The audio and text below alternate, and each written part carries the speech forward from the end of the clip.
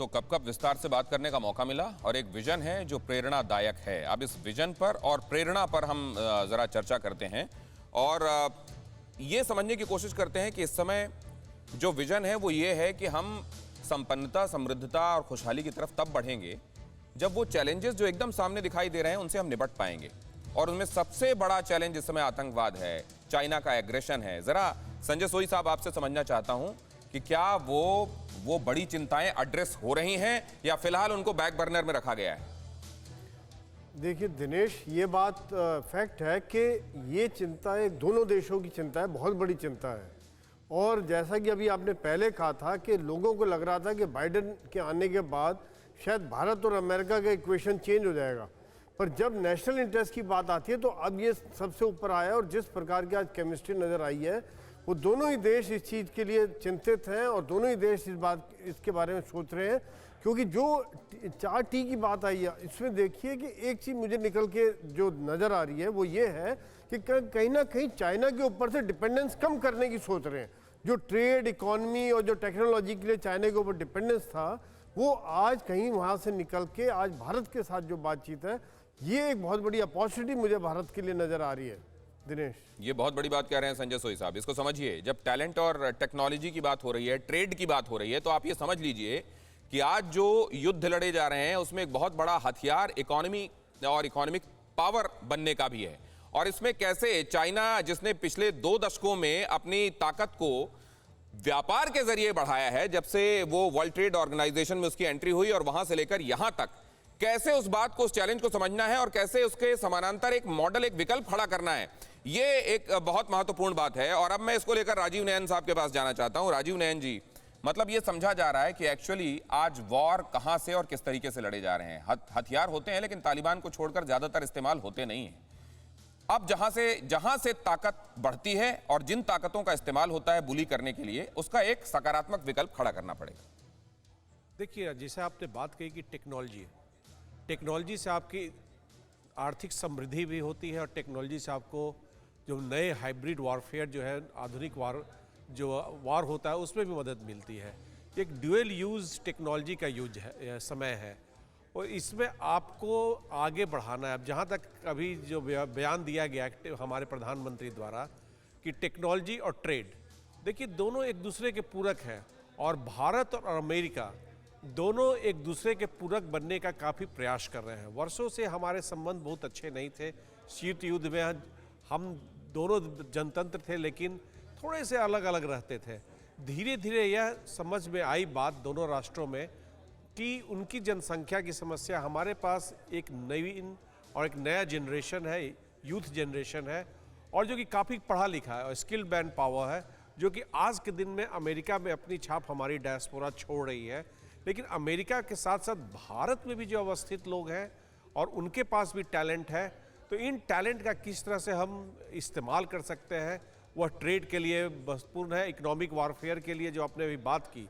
फिर ट्रंप के समय से भले ही शुरुआत हुआ था कि चाइना के साथ उनका ट्रेड था, तो ट्रेड वॉर हुआ था, लेकिन सप्लाई चेन को जो प्रॉब्लम थी उसको वो सीधे सीधे चाइना से हटाकर अपने आर्थिक अर्थव्यवस्था को क्षति नहीं पहुंचा सकते थे। तो उन्होंने देखना शुरू किया कि और किस किस राष्ट्र को हम ला सकते हैं। तो उसमें कुछ राष्ट्रों ने फ़ायदा उठाया, यूरोप ने उठाया फ़ायदा, कुछ ऑस्ट्रेलिया ने उठाया, जापान ने उठाया, अब वो 4 वियतनाम ने भी उठाया।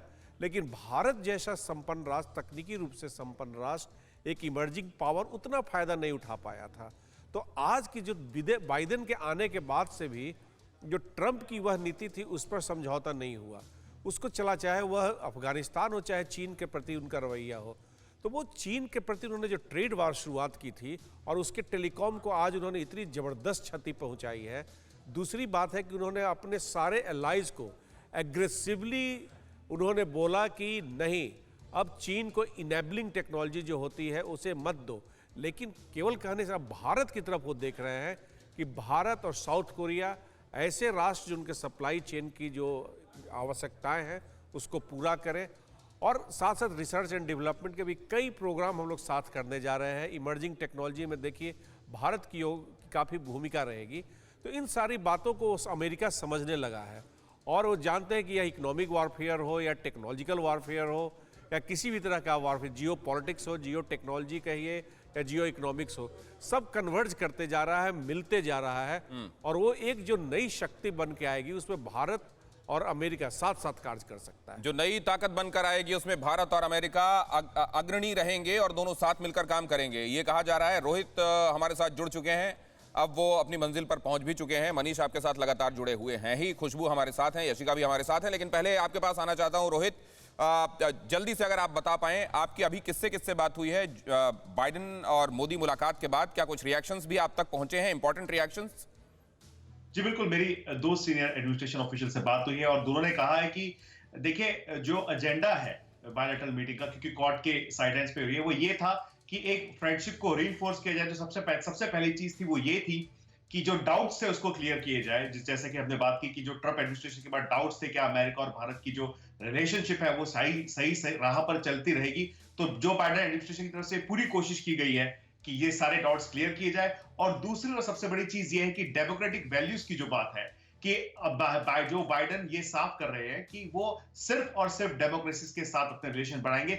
इसीलिए अभी तक पाकिस्तान के पास कोई फोन कॉल नहीं गया है और साथ ही साथ चाइना को आड़े हाथों लेने की कोशिश की गई है। और बताया जा रहा है कि अमेरिका के लिए भारत बहुत ज्यादा इंपॉर्टेंट है और आने वाले समय में ये रिलेशन। लेकिन रोहित, इसको लेकर ये जो कहा जाता रहा, खास तौर से जो चाइना क्योंकि वो भी यही कहते हैं कि वी बिलीव इन डेमोक्रेसी।